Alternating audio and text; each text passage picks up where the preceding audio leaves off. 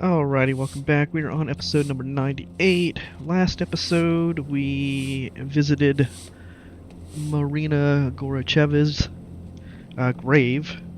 And yeah, that was quite a story.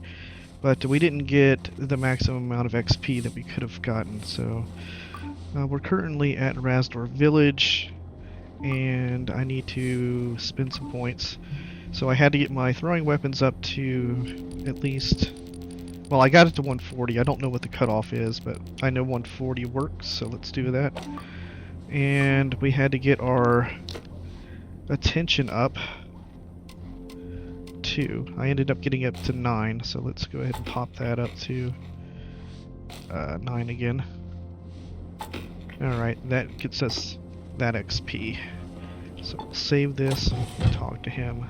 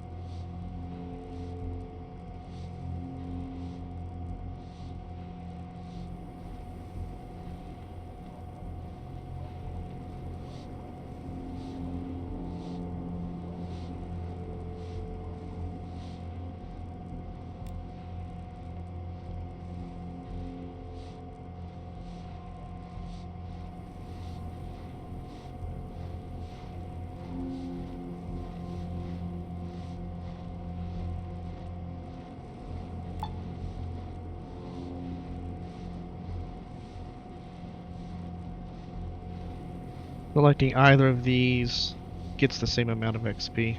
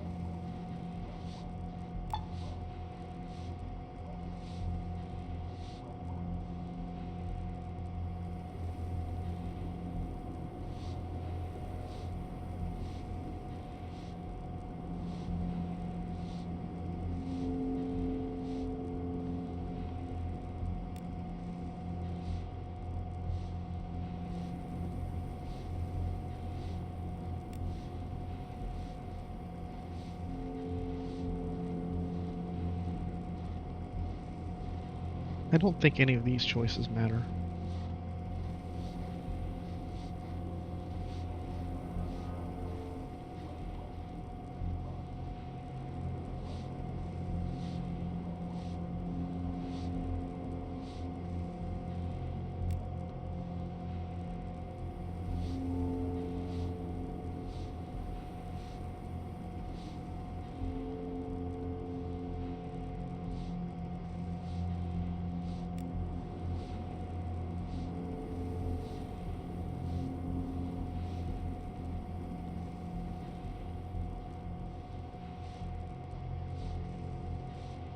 This opened up a different line.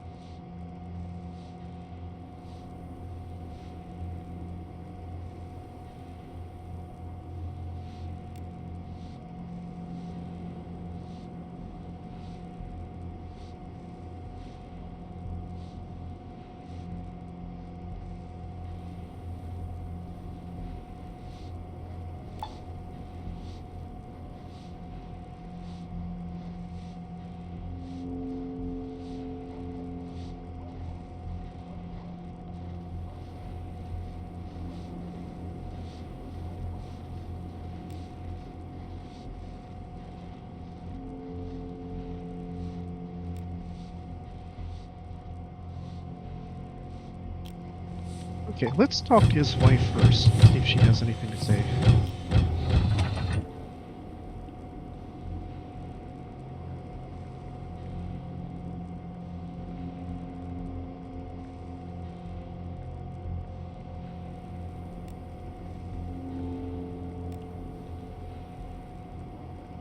Okay, so nothing new.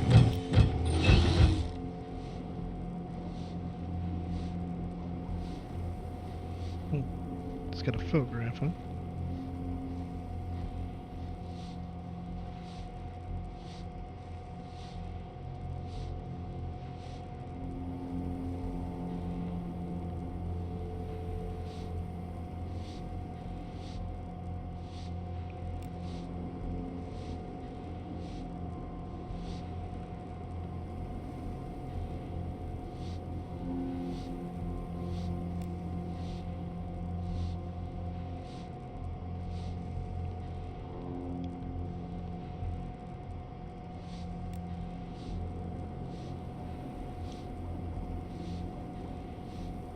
Okay, so the speechcraft was definitely better.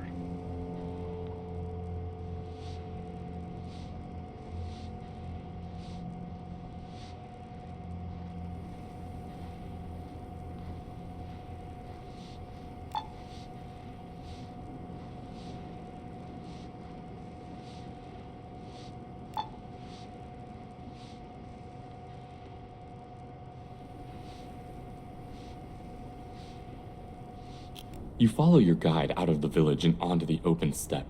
The blank, snowy canvas, which seems to stretch to infinity before you, gives you mixed feelings. On the one hand, it makes you recollect challenging the wasteland 2 years ago near Krasnoznameni. On the other, your time roaming Trudograd's narrow and twisty streets has left you with an anxiety bordering on agoraphobia at the sight of this vast and pitiless vista. Shivering from the chill, the gravedigger moves towards the black grove looming on the horizon. This is where you will find the treasure of Professor Goryacheva. It looks like quite a hike. Maybe you should find a way to pass the time. You pat the old gravedigger on the shoulder and he speaks without slowing down. In the summer, I can reach this place in 15 minutes or less at a walking pace. But with the snow this deep, it might take me half an hour or so. He sniffs loudly and spits to one side. But even if you get worn out, the grove isn't dangerous. There's no animals, only the occasional grave robber. But they're quiet, furtive bastards. Only someone too cowardly to rob the living would stoop so low as to rob the dead. The gravedigger complains about thieves and reprobates for a few more minutes, after which he starts lecturing you about the glorious warm season. He doesn't stop until you reach your destination, a lonely copse of trees in the middle of the steppe. Silence reigns in this lonely harbor, where the tall tree trunks deny the raging wind access to the sleepy shelter within. Before you've even taken a step, the gravedigger speaks up. The going will be much easier from here. Snow isn't deep, and the trees keep out most of the wind.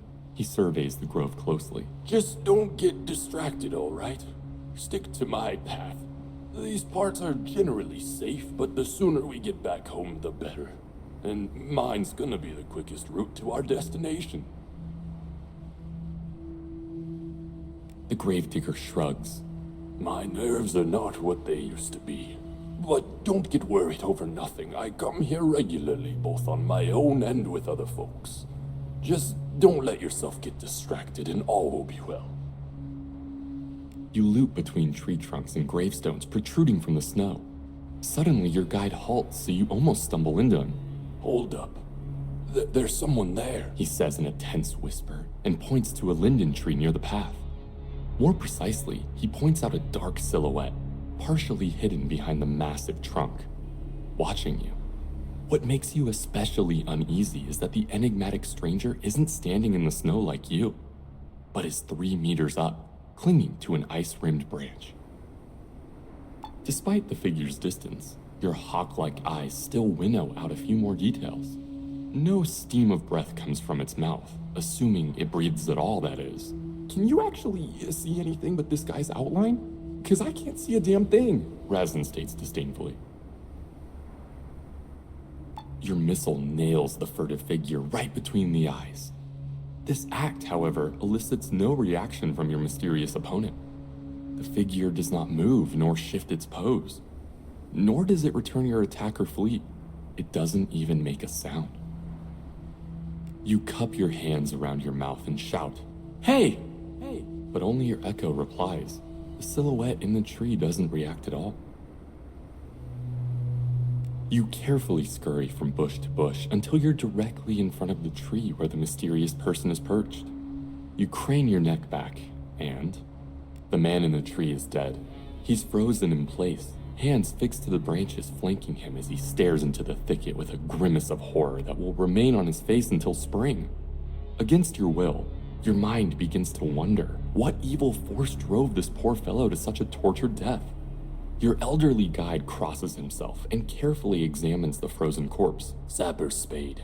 Crowbar too. That feller there, he's a marauder, sure as sugar. A grave robber, you get me? Gotta wonder what spooked him so bad that he decided to freeze to death, though. No matter how you scrutinize the gloomy grove, you neither spot, hear, nor even smell anything that could drive someone to choose a frozen death high up in a tree. Whatever scared the man, it knows how to hide, or has simply left these lands. For you, the tree is no more difficult than climbing a ladder. Unfortunately, you can't remove the man's sapper shovel and crowbar, which are more tightly frozen to his person than he himself is fixed to the branches. But you do manage to recover 120 rubles from a torn pocket. You gracefully return to the ground level and prepare to... I wonder if you would have gotten more for the strength check. Trying not to think about the fate of the frozen man, you've walked another 20 meters before you come across a tent pitched alongside the path, almost hidden by fallen snow. It looks like it's been abandoned for some time. One panel is ripped open, its jagged edges flutter sluggishly in the burgeoning wind. The gravedigger shakes his head. Just ignore it. There's a blizzard coming and we don't have time. A tent torn open in the snow brings back terrible memories, Old Man Hexogen replies. It still pains me to recall how I scared those hikers in the Ural Mountains in '59. They didn't know our film crew was camped across the ravine, shooting Sasquatch versus the Capitalist, the 7th film of my highly successful horror franchise. I was shambling to the catering table in the midst of a blizzard, in my full-body Bigfoot costume. When they spotted me, they slashed their tent open to run into the wilds, half clothed and spooked out of their wits. Your mind is turned to something that matters before he's finished the story. The gloomy howling of the wind is getting louder. You sense it may be building up to a blizzard.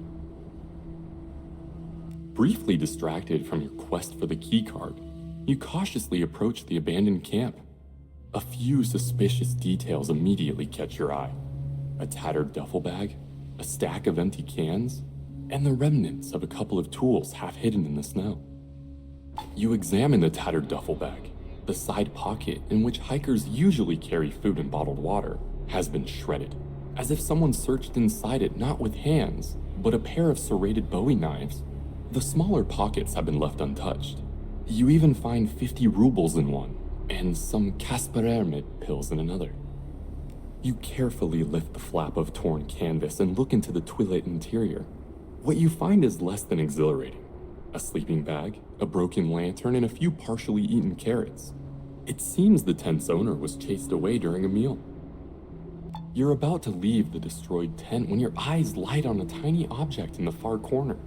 On closer inspection, it turns out to be a figurine made of straw, resembling a stylized bull. Without really understanding why, you tuck the toy away in your backpack. You're moving to examine the scattered tools when a spatter of snowflakes hits your cheek. Then another, and another. It looks like a blizzard is kicked up and is getting close to the grove. It will be difficult enough to dig in the frozen ground without a snowstorm battering you. You need to hurry. After giving the ruined camp a final glance, you return to the trail. Deciding not to waste any more time on the tent, you continue on your journey. Your guide's mood seems to have improved somewhat.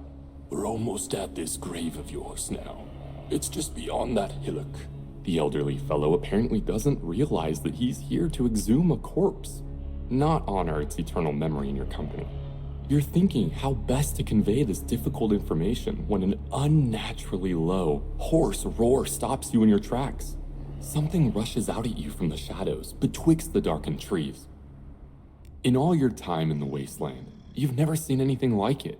Puffing out its chest and hairy, drooping cheeks, something like a tall, skinny gorilla is loping towards you. That is, if gorillas had dirty white fur, jagged tusks, dimly glowing cat's eyes, and spiraling horns like a ram. Completely silent, which makes it even creepier, the creature shambles right on up to you, then turns to your elderly guide, the gravedigger. Fixed in the mutant's glowing gaze, the old man's mouth hangs open a bit, and he freezes as if hypnotized. Meanwhile, Hexogen attracts your attention and whispers, Do not panic. That thing would have eaten us already if that was his intention. I'm sure he's here to beg for booze money. But don't give him a single ruble, child. Tell him to get a job. Oh, trust me. I'll tell him exactly what I think of him. Hexogen huffs and approaches the angry mutant. Why are you pestering honest working people, huh, freeloader? They're saving the world over here, I'll have you know, digging up graves for electronic keys and whatnot. If you were hoping to gauge some drinking money, you can just forget it. Get a job, comrade. And for goodness sake, try shaving once in a while. You expect the monster to attack the insolent old man, but instead, the thing actually speaks. The bull, toy, where is you take? Growls the mutant, his hand-dog gaze alternating between you and Hexogen, who now looks perplexed.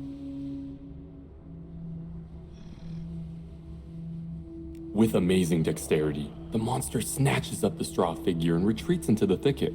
All this time, the horrid mutant was searching the snow-covered steep not for a victim, but for a useless bull figure, which must have some sentimental value. Can we move on, please? The old gravedigger softly pleads. He doesn't look good. Meeting that monster has made a strong and not positive impression on his sanity. Lead-colored clouds are gathering above, and the snow is falling in thick gusts, threatening to cover the retreating monster's tracks. Soon the landmarks you've been following will also be obscured. You will yourself to set aside the bizarre scene you just witnessed. It's high time you moved on. Cresting the hillock, you find a shallow glen. In the middle of this space, a shoddily lacquered cross protrudes from a snowdrift. Marina Goryacheva. She died as she lived, remembered by few. You read the text on a laminated plaque. The old professor is many things, but romantic is obviously not one of them. Well, here we are. I'll give you some space to pay your respects or whatever, says the gravedigger when he catches up to you. The professor warned me someone would ask to lead them here one day. The hell is wrong with you? The old man mutters, taking 3 steps back. I never agreed to anything like that. It's a terrible sin to violate someone's resting place. The gravedigger shakes his head and even cups his hands over his ears, pretending to ignore you. But you bombard him with facts about the impending cataclysm, and after a few minutes he's listening with his mouth hanging open. God's below. But if that comet really does hit the Earth, where will me and my missus live? In the tumultuous caverns of Uranus? With another sad shake of his head, the defeated old man starts digging. Little by little, he hacks away the frozen soil. The hole grows a bit deeper, and a bit deeper still.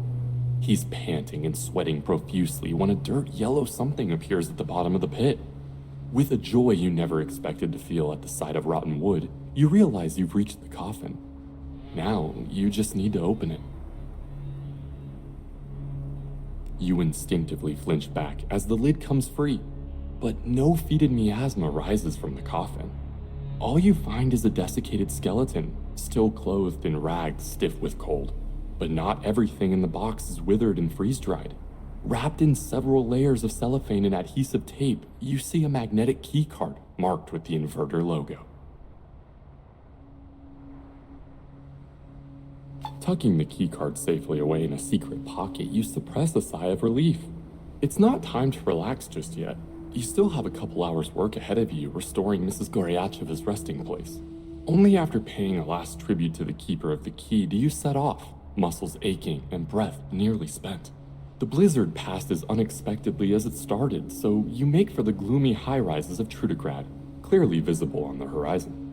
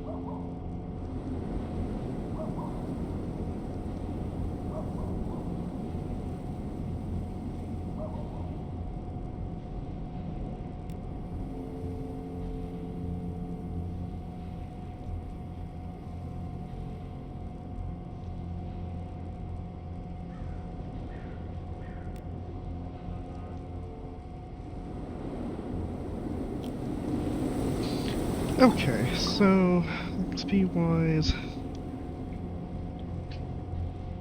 yeah,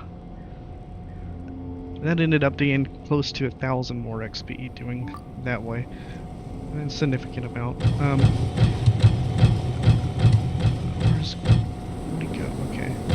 Now let's go talk to his wife. Maybe she can tell us something about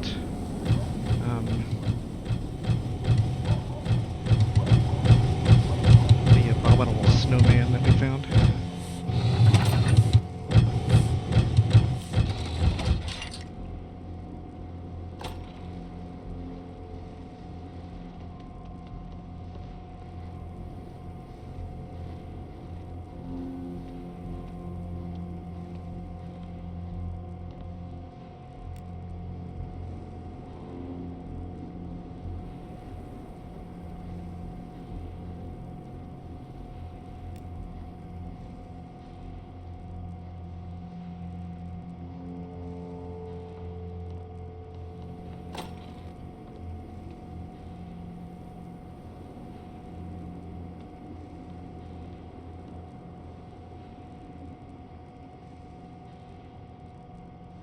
Hmm.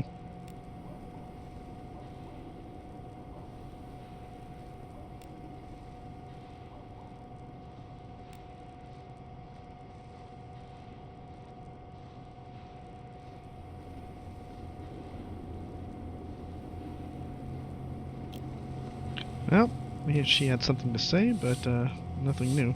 Alright, I'm going to end this episode here with the conclusion of the grave hunt, I guess. And I'll pick up next episode doing something else, of course. Alright, later guys.